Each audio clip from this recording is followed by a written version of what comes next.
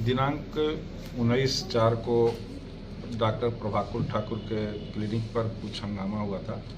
उस हंगामे के दौरान झोपड़पट्टी और ठाकुर जी के कुछ जो गुंडे तत्व के समर्थक लोग थे, उनके बीच में मारपीट की घटना हुई। उसके पश्चात फिर फायरिंग हुई। फायरिंग के बाद अजीत महतो जख्मी हुए एवं इलाज के क्रम में उनकी मौत हो गई थी।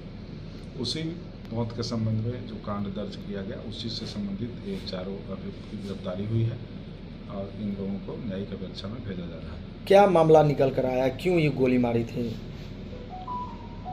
डॉक्टर साहब और आपको पहले एक घटना घटी थी कि भोला महतो जाकर के एक दिन पूर्व में वहाँ पे मारपीट किए थे, जिसमें डॉक्टर साहब के कंपाउंडर चंचल कुमार के द्वारा नगर थाने में कांड दर्ज कराया गया था और भोला महतो को गिरफ्तार कर जेल भेजा गया, परंतु उसे न्यायिक अभिरक्षा में न रख करके उन्हें 41 का न्यायालय के द्वारा लाभ दिया गया।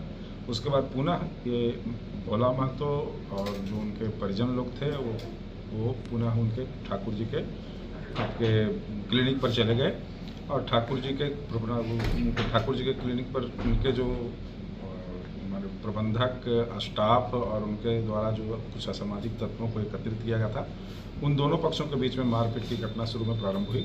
मारपीट के बाद गोली चल गई और गोली चलने के बाद एक अजीत महतो की हत्या हो गई। गिरफ्तार कौन लोग हैं इसमें सबसे पहले तो जो पहला केस हुआ था, जिसमें उधर से कंपाउंडर जख्मी थे चंचल, तो पहले तो हम लोगों ने चंचल को उठाया, क्योंकि चंचल के प्रतिशोध के कारण ही यह घटना आगे बढ़ी, चूँकि उसे चोट लगा था, माथे पर चोट था और गाल में चोट था। उसके बाद उसने सामाजिक तत्वों को डॉक्टर साहब के कहने पर और कुछ अन्य लोगों के कहने पर एकत्रित करवाया। तो पहले चंचल को गिरफ्तार किया गया, चंचल को न्यायिक अभिरक्षा में भेजा गया। उसके बाद तकनीकी साक्ष्य के आलोक में जो गिरफ्तारी हुई है, वो पहला हुआ है चंदन कुमार हैं, ये नया गांव के रहने वाले हैं। दूसरा संतोष कुमार हैं।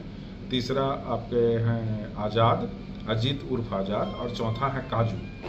ये चारों व्यक्ति घटनास्थल पर उपस्थित थे और तकनीकी साक्ष्य इन लोग के विरुद्ध उपलब्ध है और इन लोग के द्वारा अपने स्वीकृति बयान में बताया गया है कि हम लोगों के द्वारा ही अजीत कुमार को गोली मारा गया था और उनकी इलाज के क्रम में मौत हो गई। क्या कहने मतलब किसके कहने पे गोली मारी गई? डॉक्टर के कहने? ये अनुसंधान का विषय है अभी, और इसमें कुछ और लोग संलिप्त हैं जिनकी जल्द ही गिरफ्तारी की जाएगी और उनके बारे में खुलासा आपको।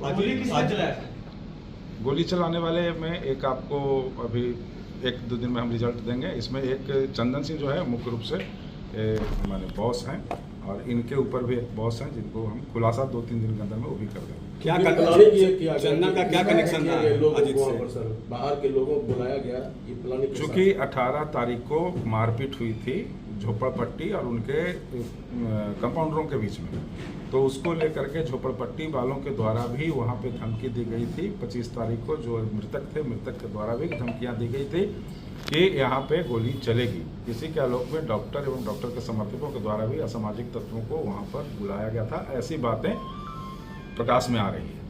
सर, घटना में जो संलिप्त हथियार था उसकी भी बरामदगी हुई है?